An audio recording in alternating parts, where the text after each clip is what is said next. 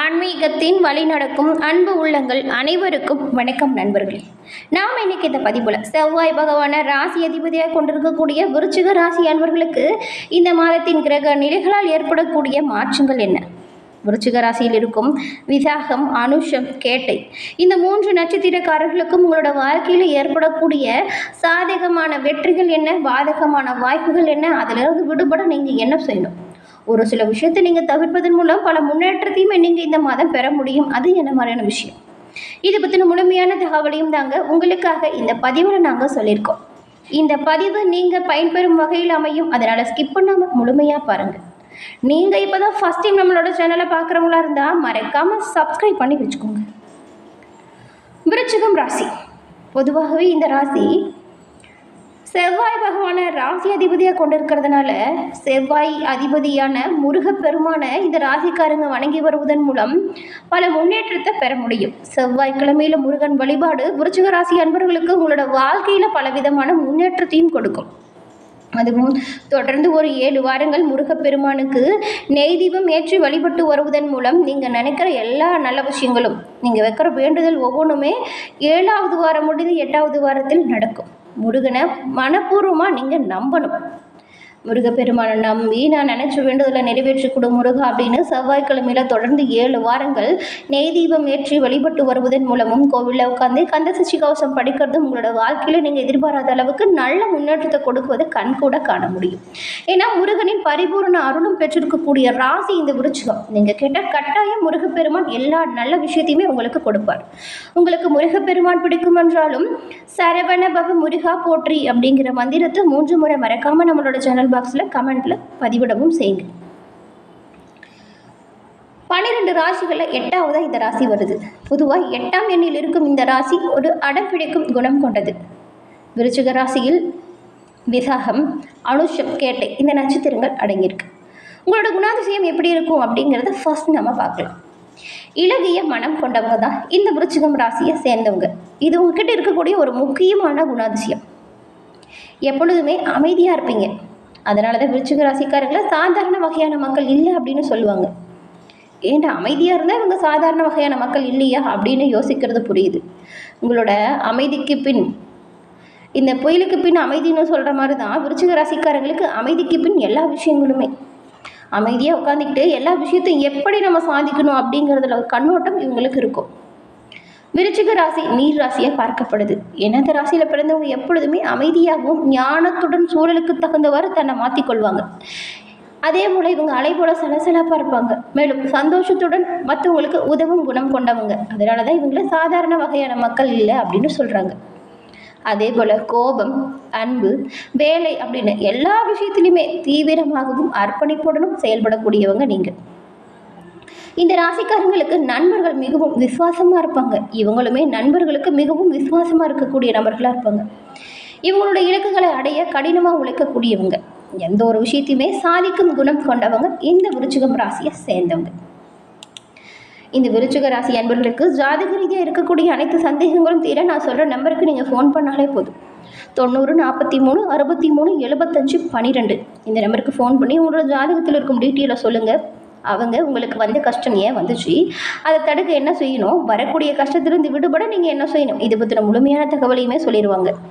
ஏன் இதை சொல்கிறேன்னா, இப்போது நிறைய பேர் இவங்ககிட்ட ஃபோன் மூலியமாகவே ஜாதகத்தை கணிச்சு இப்போ உங்களோட வாழ்க்கையில் சிறந்த ஒரு முன்னேற்றம் கண்டதாக சொன்னாங்க. அதனால தான் கஷ்டப்பட்டுட்டு இருக்க விருச்சிக ராசி என்பவர்களுக்கு முன்னேற்றம் பெற இந்த நம்பர் கட்டாயம் உதவியாக இருக்கும் அப்படிங்கிற வகையில் தெரிவிச்சிருக்கோம்.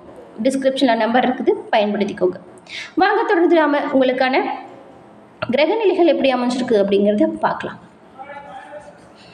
இந்த மாதம் விருச்சிக ராசி அன்பர்களுக்கு சில சவால்களை சந்திக்கிற மாதிரியான சூழ்நிலை உருவாகும். நீங்கள் கடினமான முயற்சிகளை மேற்கொண்டால் அந்த விஷயத்தில் எல்லாமே அனுகூலமான பயன்களையுமே உங்களால் கிடைக்க பல வாய்ப்புகளை பெற முடியும். பணியிடத்தில் உங்கள் மேல் அதிகாரிகள் மற்றும் உங்கள் குழுவை கையாள்வது கொஞ்சம் கடினமான நிலையாக இருக்கும். புதிய தொழில் தொடங்கும் எண்ணம் இருந்துச்சுன்னா அதனை இப்போதைக்கு கொஞ்சம் தவிர்க்கிறது நல்லது. அதற்கு இது ஒரு சிறந்த நேரம் இல்லை. இந்த மாதம் கணவன் மனைவி உறவு சிறப்பாக இருக்கும். இது உறவின் நிலைத்தன்மையை நல்லதாக உண்டாக்கும். காதலர்களுக்கு இது மிகவும் இனிமையான காலகட்டம். நண்பர்கள் மற்றும் குடும்பத்தினருடன் சுற்றுலா செல்ல இது ஒரு சரியான சமயம். ஆனால் தேவையற்ற செலவுகளை குறித்து நீங்கள் கொஞ்சம் கவனமாக தான் இருக்கணும். இப்போ விருச்சிக ராசி அன்பர்களுக்கு இந்த மாதிரியான விஷயங்கள் நடக்கும் அப்படின்னு சொன்னோம். எந்தெந்த விஷயத்தில் நீங்கள் கவனமாக இருக்கணும், அதை எப்படி செயல்முறைப்படுத்தணும் அப்படிங்கிறத விரிவாக பார்க்கலாமா? ஃபர்ஸ்ட்டு, காதல் மற்றும் குடும்ப உறவுகள் என்ன மாதிரியான மேம்பாட்டை கொடுக்கும் உங்களுக்கு அப்படின்னு பார்த்தா, இந்த ராசிக்காரங்க தங்களோட வாழ்க்கை துணையுடன் ஒரு அற்புதமான வகையில் உங்களோட குடும்பத்தை நடத்தக்கூடிய வாய்ப்பு உண்டாகும். இந்த மாதம் மோதல்களுக்கு அல்ல, மாறா நிலைத்தன்மைக்கு ஏற்ற ஒரு காலகட்டமாக அமைஞ்சிருக்கு. காதலர்கள் உங்களுடைய வாழ்க்கையில் ஒரு இனிமையான கட்டத்தை கொண்டிருக்க போறீங்க.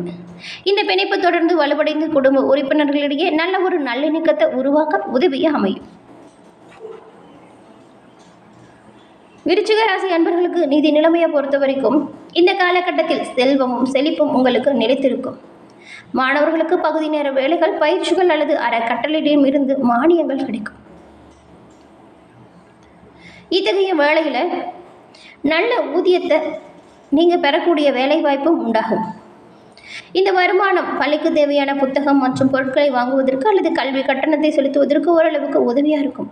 அது மட்டும் இல்லாமல் அன்றாட செலவுகளை நிர்வகிப்பதற்குமே இந்த மாதிரியான நிதி நிலைமை உங்களுக்கு எளிதாக இருக்கும். கூடுதல் பணம் போக்குவரத்து, வீட்டு வசதி அல்லது பிற வாழ்க்கை செலவுகளை ஈடுகட்ட உதவியாக அமையும். செல்வ நிலை மேலோங்கும், செழிப்பாக இருப்பீங்க.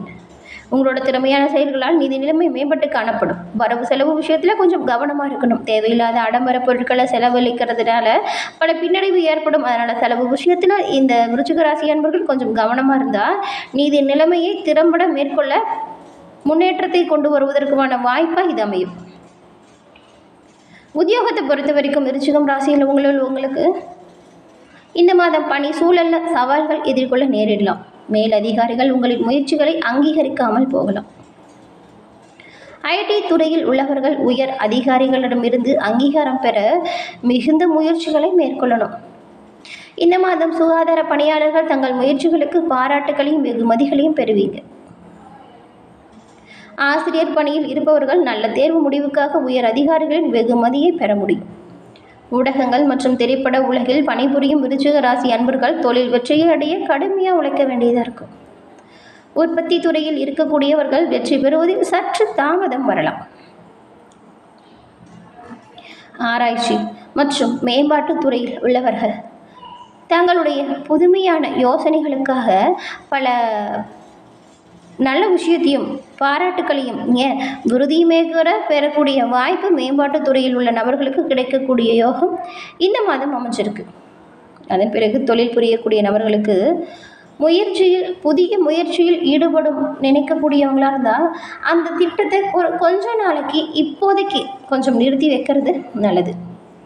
தற்போதைய சூழலில் கருத்தில் கொண்டு நிறுவப்பட்டுள்ள வணிகம் அல்லது சமீபத்தில் தொடங்கப்பட்ட வணிகம் கொண்ட விருச்சிக ராசி அன்பர்கள் தங்களோட முதலீடுகளை குறைத்துக் கொள்வது நல்லது.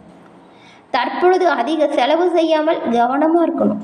செலவினங்களை குறைப்பது விருச்சிக ராசி அன்பர்களுக்கு தங்களுடைய நிதி ரீதியாக ஆபத்தில் ஆழ்த்தாமல் தங்களோட தொழிலை தொடர்ந்து நடத்த உதவியாக இருக்கும்.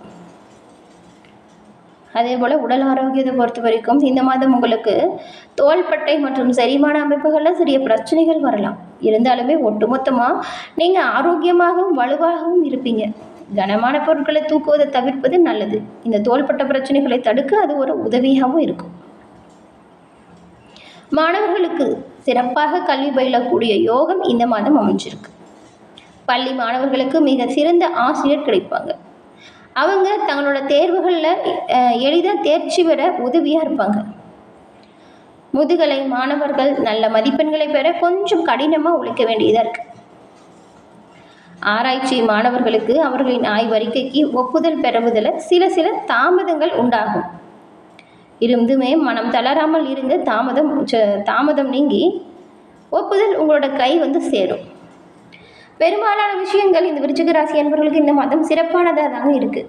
நிதி நிலைமையை மேம்பட கொஞ்சம் சிக்கனமாக செலவு பண்ணணும். கொஞ்சம் கோவப்படுறதை முற்றிலும் குறைச்சிக்கணும். ஒருவருக்கொருவர் மனம் விட்டு பேசி நீங்கள் இருக்கக்கூடிய பிரச்சனைகளை தீர்த்து கொள்வதன் மூலம் பல முன்னேற்றத்தையும் நீங்கள் அடைய முடியும். இந்த விருச்சிக ராசி அன்பர்களுக்கு இந்த மாதம் ஏற்றம் இறக்கம் நிறைந்த ஒரு சூழலில் இருக்குது. பெரும்பாலும் நன்மையை பெற நீங்கள் கடினமாக உழைச்சாலே போதும். என்ன விருச்சிக ராசி அன்பர்களே, இந்த பதிவு நீங்கள் பயன்பெறும் வகையில் அமைஞ்சிருக்கும் அப்படின்னு நினைக்கிறோம். இந்த பதிவு பிடிச்சிருந்தால் லைக் பண்ணுங்கள். உங்களோட நண்பர்கள் யாராவது விருச்சிக ராசி அன்பர்களாக இருந்தால் அவங்களுக்கு ஷேர் பண்ணுங்கள். நீங்கள் இப்போ தான் ஃபர்ஸ்ட் டைம் நம்மளோட சேனலை பார்க்குறீங்கன்னா மறக்காமல் சப்ஸ்கிரைப் பண்ணி வச்சு கூட வர பெல் ஐக்கானை கிளிக் பண்ணி வச்சுக்கோங்க. அப்போ தான் நாங்கள் போடுற பதிவுகள் நோட்டிஃபிகேஷன் மூலம் தொடர்ந்து உங்களை வந்தடையும் அப்படிங்கிறது தெரிவிச்சுக்கிறோம். தொடர்ந்து பார்த்தமைக்கு நன்றி.